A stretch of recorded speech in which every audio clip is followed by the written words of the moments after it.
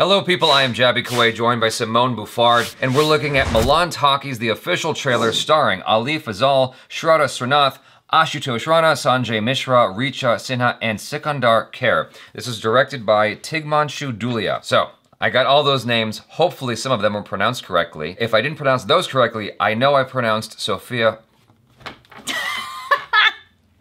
This whole day, this entire day, this is the last one we're doing today. Simone BOUFFARD, I pronounced that name correctly. There you go. And I keep calling her Sophia. It's just because the lights and the camera and the nervousness.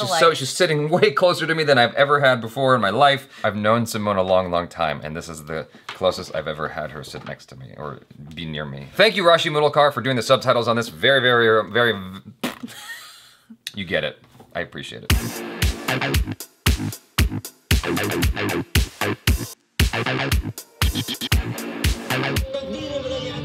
ज़माना बदल जाता है, मुल्कों की तारीख बदल जाती है, शहंशाह बदल जाते हैं, मगर इस बदलती दुनिया में मोहब्बत जिस इंसान का दामन थाम लेती है, वो इंसान नहीं बदलता। आप नहीं कर पाए, आप नहीं था। क्या नहीं था? टैलेंट। अगर हमारे अंदर टैलेंट नहीं था बेटा, तो तुम भी राज कपूर नहीं बनने वाले, उतना समझ लो। कंट्री का सबसे बड़ा फिल्म डायरेक्टर बनूंगा मैं।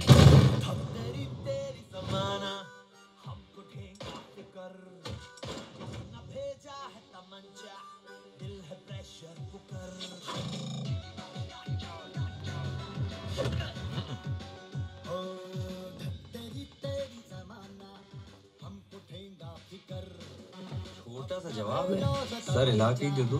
क्यों दे? ले लो जवाब, क्या करते हो तो शादी करने के लिए तुम्हारा एग्जाम में पास होना जरूरी है। शायद तो पिछले साल ही हो जानी थी, पर हम फेल हो गए। किसी को कहने नहीं देंगे कि अन्नू की गर्लफ्रेंड फेल हो गई। ईसापुर में उत्तर भारत की राजनीतिक स्थिति पर आकलन कीजिए। बताओ, नहीं नकल ना करे तो पास कैसे हो?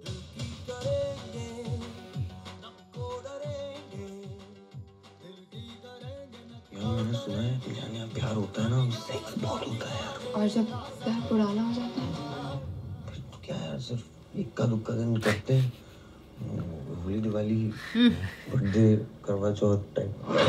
Hey, I mean, you're being real about it. ये तुमको लगा हमको पता नहीं चलेगा क्या? हम पंडा है, मर्यादा का पालन करना हमारा धर्म भी है और धंधा भी। जिंदगी का एग्जाम डिस्टिंक्शन से पास करेंगे, चीटिंग मीटिंग नहीं।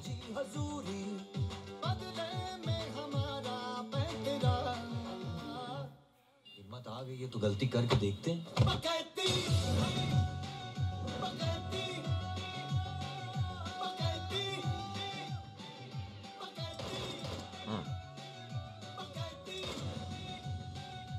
हिट हो या फ्लॉप हो, जिंदगी सुपर हिट होनी चाहिए बॉस।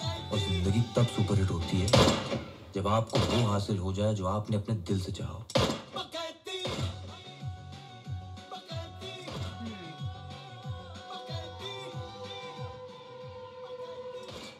आपकी फिल्म है, एक बार जरूर देखिएगा। There's a lot going on in this movie. This is insane how much they have going on. Oh, we have the garbage man loves to come by whenever I'm shooting a video. Every time I do a set, inevitably he'll come in and as soon as I'm talking or something. All right, anyway, let me try to understand this. This guy's a director and he's in love with a girl. Yes. She's in love with him. The way that whole thing started was very spur of the moment. It was interesting because he walks up to her and he writes in her hand, I guess, like, will you be my girlfriend or something? And she says, I love you, like that. I'm like, okay, well, that's certainly like an old school talkie, I suppose. It's called Milan Talkies, so it's kind of tongue-in-cheek in a way. I think talkies is the word they used for films. Like that's what we used to call them as well. Right, like the flickers, the talkies. So he's wrestling with the fact that his dad is not a talented person, but he wants to be a talented person. His dad doesn't believe in him because it's like, if I couldn't make it, how can you? It's that thing that Asian parents often impose on their children, which is you can only go as far as I went, which is bullshit. And so he's wrestling with that, and then there's like actual crime going on in the city, so it's like a Quentin Tarantino kind of film. It almost reminds me of True Love, or True Love, is that what it's called? True Love, not True Love, what's it called? It's not True Romance, True Romance, that's what it's called. It's a Christian Slater film where he has this obsession with Elvis, and he falls in love with this woman who is a hooker, but then she gives that up for him. His dad gets involved and all this stuff. It's very dramatic. It's just like this, actually, without the dancing. If you're digging this, definitely check out True Romance. It's just as insane, just as much going on in that movie. But anyway, about this, this story looks intriguing and he wants to be a filmmaker. He's using his filmmaking tools in order to help out his girlfriend. I think that's pretty cool. I mean, look who you're talking to. So I would totally do that. I like Ali Fazal. I think that he's fun and likable. I watched him in a web series once and I thought he was cool.